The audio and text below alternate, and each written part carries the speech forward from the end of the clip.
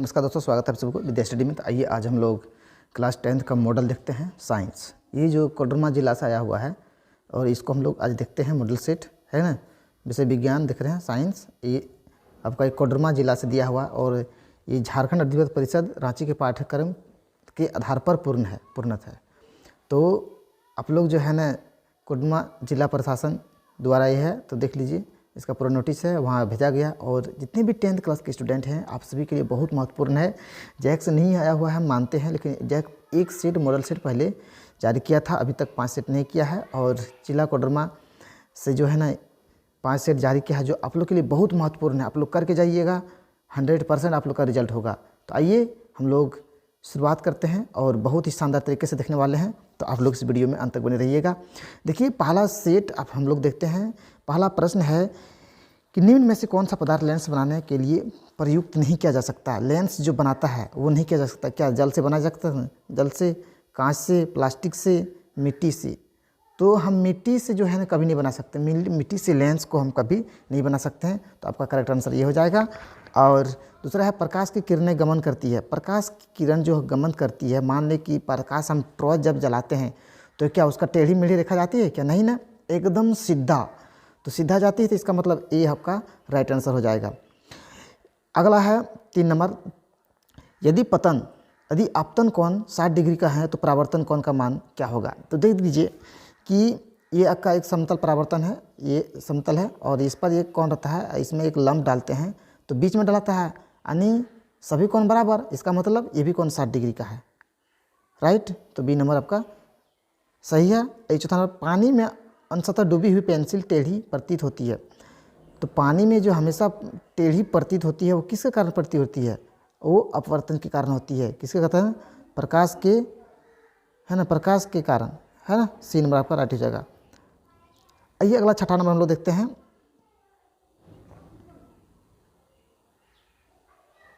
जी sorry, सी number नहीं होगा, यहाँ आपका अपवर्तन के कारण हो जाएगा। 4 नंबर का अपवर्तन।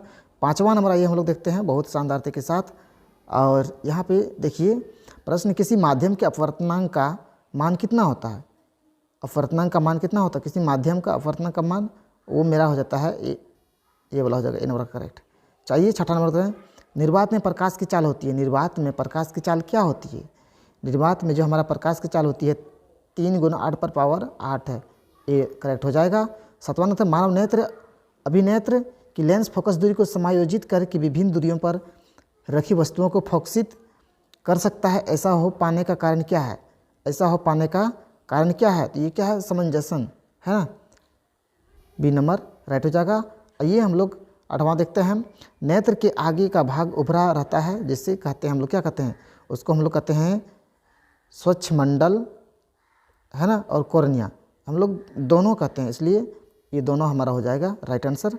और नेत्र गोलक के लंबा हो जाने से कौन सी दृष्टि उत्पन्न हो जाती है? नेत्र गोलक जो लंबा हो जाएगा, आपका कौन सी दृष्टि उत्पन्न हो सकता है यहाँ पे? तो यहाँ आपका क्या होगा? निकट दृष्टि हो जाएगा। इसमें तो आपका जो है ना दीर्घ भी हो सकता है, लेकिन राइट आपका करेक्ट हो जाएगा। सबसे सुपर जो आंसर आप निकल का है वो आपका ए हो जाएगा। आइए अगला देखते हैं हम लोग 10वां नंबर। और 10वां नंबर देखिए क्या था? अवतल लेंस द्वारा किस दृष्टि को दूर किया जा सकता है? अवतल लेंस के द्वारा किस दृष्टि को दूर किया जा सकता है? तो निकट दृष्टि दोष को जो है ना उसको हम उपचार कर सकते हैं, तो एक करेक्ट हो जाएगा। और अगला 11 नंबर का है, एक इलेक्ट्रॉन पर कितना आवेश होता है? एक इलेक्ट्रॉन पर कितना आवेश होता है? वो होता है 1.6 × 10⁻19 कूलम होता है। तो ए नंबर करेक्ट हो जाएगा। आइए हम लोग 12 नंबर देखते हैं, है ना। 2 एम्पियर, 3 एम्पियर और 6 एम्पियर के प्रतिरोध के पराक्रम को जोड़ने पर उनका समतुल्य प्रतिरोध होगा। तो इसका समतुल्य प्रतिरोध कितना हो जाएगा? तो ये आपका 1 प्रतिरोध हो जाएगा। देखिए इसको सब जोड़िएगा तो, है ना। तो आप लोग करके देखिएगा। और इस चैप्टर हम ऑलरेडी पढ़ा चुके हैं, तो वहाँ जाकर आप लोग देख सकते हैं। कहता फ्यूज को विद्युत नियुक्ति, है ना, फ्यूज को विद्युत युक्ति के साथ किस प्रकार का संयोजन किया जाता है? देखिए विद्युत के जितने भी फ्यूज जोड़ते हैं वो श्रेणी क्रम में ही जोड़ते हैं, ताकि वो जल्दी खराब नहीं हो, तो श्रेणी क्रम में जोड़ते हैं। अगला हम लोग देखते हैं 14 नंबर को। और 14 नंबर का अभिक्रिया 2NO + C और रिएक्शन 2N + CO में ये रिएक्शन क्या करता है?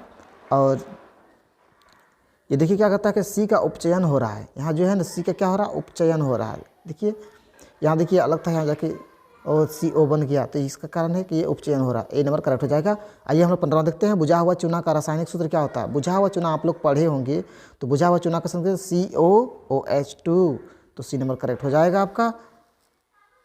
अगला प्रश्न है, निम्न में से कौन संक्षारण का उदाहरण नहीं है? देखिए, लोहे की वस्तु में जंग लगना, लोहे की वस्तु में जंग लगना, और चांदी का काला होना, तांबे की वस्तु हरा हो जाना उपयुक्त, तो कौन में से संचारण का कारण हो जाए? देखिए, लोहे की जो जंग लगता है ये भी संचारण है, चांदी का काला होना ये भी संचारण, तांबे के हो जाना ये भी है, इसका मतलब उपयुक्त में से सभी हो जाएगा आपका।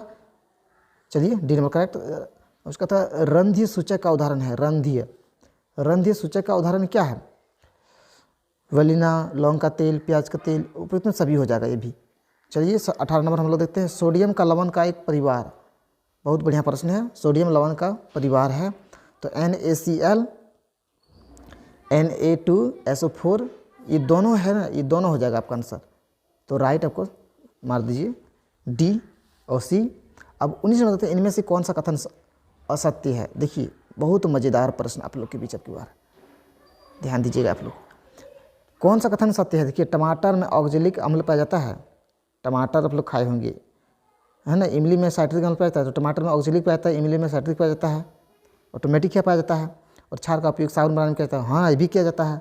तो इसका अर्थ हुआ है कि हमारे जो आंसर होगा है ना, तो कौन सा सत्य है? ये वाला आपका सत्य हो जाएगा, सी नंबर।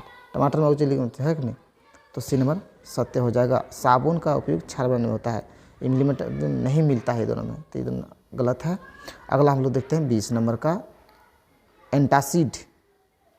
एंटासिड का उदाहरण है, एंटासिड का उदाहरण क्या है? तो एंटासिड का उदाहरण जो है ना आपका उपयुक्त में से सभी हो जाएंगे है ना। मिल्क और मैग्नीशिया और बेकिंग सोडा ये दोनों हो जाएगा, तो इसका मतलब उपयुक्त में सभी सी नंबर आपका करेक्ट हो जाएगा। आइए हम लोग 22 नंबर, कौन सा धातु उष्मा का सुचालक होता है? उष्मा का सुचालक होता है कौन सा धातु? तो लेड है क्या? नहीं है। मरकरी है क्या? नहीं है, नहीं है ना। ध्यान से, कौन सा धातु उष्मा का कुचालक है? कुचालक मतलब क्या? को इस पार सुपार अंतर, लेड तो शीशा है, मरकरी है, ये दोनों क्या हो सकता है? नहीं हो सकता है, इसलिए कुचालक है, इसलिए सी नंबर मार दो दोनों। अगला है कि निम्न में से कौन सा कथन असत्य है? देखिए बहुत बढ़िया, आप लोग ध्यान दीजिएगा, निम्न में से कौन सा कथन असत्य है? आयोडीन चमकीला होता है, सत्य है। हीरा का सबसे कठोर होता है, ये भी सत्य है। मैग्नीशियम और सोडियम का गलना बहुत कम है, ये भी सत्य है। लेकिन ग्रेफाइट विद्युत का कुचालक है, ये आपका है ना असत्य है। ग्रेफाइट ही एक ऐसा अधातु है जो है ये क्या है? सुचालक है, लेकिन यहाँ दे दिया आपका जो है कुचालक है, इसलिए डी करेक्ट हो जाएगा। समझ लीजिएगा, आपको अगर पूछ दे कि कौन ऐसा धातु है, कौन ऐसा अधातु है, अधातु है ना, अधातु, अधातु है जो कुछ सुचालक है, तो एक ही है ग्रेफाइट जो पेंसिल में पाया जाता है। तो आइए 23 नंबर, इनमें से कौन संबंध अधिक अभिक्रियाशील धातु? सबसे अधिक क्रियाशील धातु कौन है? तो आप लोग जानते हैं गोल्ड नहीं है, आयरन भी नहीं है, सोडियम भी नहीं है, पोटेशियम आपका सभी डी नंबर करेक्ट हो जाएगा। अब आइए 24 नंबर में, इनमें से कौन सा धातु जल के साथ अभिक्रिया नहीं कर सकती है? तो जल के साथ अभिक्रिया कौन नहीं कर सकता है? आप लोग देख लीजिए, तो जल जो होता है उसके साथ कौन कर सकता है? उपयुक्त में से सभी नहीं कर सकते हैं। शनिवार किस धातु का अयस्क होता है? शनिवार जो होता है वो किस धातु का अयस्क होता है? वो मरकरी का होता है। आइए अगला देखते हैं 26 नंबर, और 26 नंबर में कहता है कि इनमें से कौन सा ऑक्सीकारक का उदाहरण है? कौन सा ऑक्सीकारक का उदाहरण है? तो यहाँ आपका हो जाएगा उपयुक्त में से दोनों, है ना। क्षारीय पोटेशियम परमानेंट और अम्लीकृत पोटेशियम डाइक्रोमेट हैं। 27 नंबर में आइए हम लोग देखते हैं कि मैग्नीशियम पाया जाता है। मैग्नीशियम किस में पाया जाता है?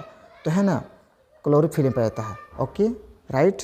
वृक्क का संबंध किस तंत्र से है? वृक्क जो पेशाब जो हम लोग छोटी से करते हैं, ये उत्सर्जन से होता है। चलिए, आप कहता है पौधे में भोजन का स्थानांतरण के लिए उत्तरदायी है। पौधे को जो भोजन स्थानांतरण यहाँ से वहाँ तक पहुँचाने का काम करता है वो फ्लोएम करता है। क्या करता है? फ्लोएम। थायराइड के स्रावन में कौन सा तत्व आवश्यक है? थायराइड का जो स्रावन होता है कौन सा तत्व है? तो आयोडीन सबसे तत्व है। कौन सा पादप हार्मोन पत्तियों के मुरझाने के लिए उत्तरदायी है? देखिए कौन सा हार्मोन है जो पत्तियों को मुरझाने के लिए? तो क्या है? FCC है ना, FCC सिक अम्ल, सी करेक्ट हो जाएगा। अगला देखते हैं हम लोग 32 नंबर का। 32 नंबर में वृक्क का संबंध किस तंत्र से है? देखिए अभी ऊपर में हम लोग पढ़े तो उत्सर्जन तंत्र से है। जनन का मूल क्या है? युग्मज का बनना है। जनन का होता है वो युग्मज का बनना होता है। अब अगला प्रश्न है जैव विकास का प्रकृति विवरण, विवरण का विद्यांतरण किसने प्रतिपादित किया था? तो ये जो किया था है ना, डार्विन ने किया था। अनुवांशिकता का आधार है, तो आंसर के अनुवांशिकता का आधार है तो ये क्या है? एटीपी है। प्राथमिकता उपभोक्ता को कहते हैं, प्राथमिकता उपभोक्ता को कहते हैं।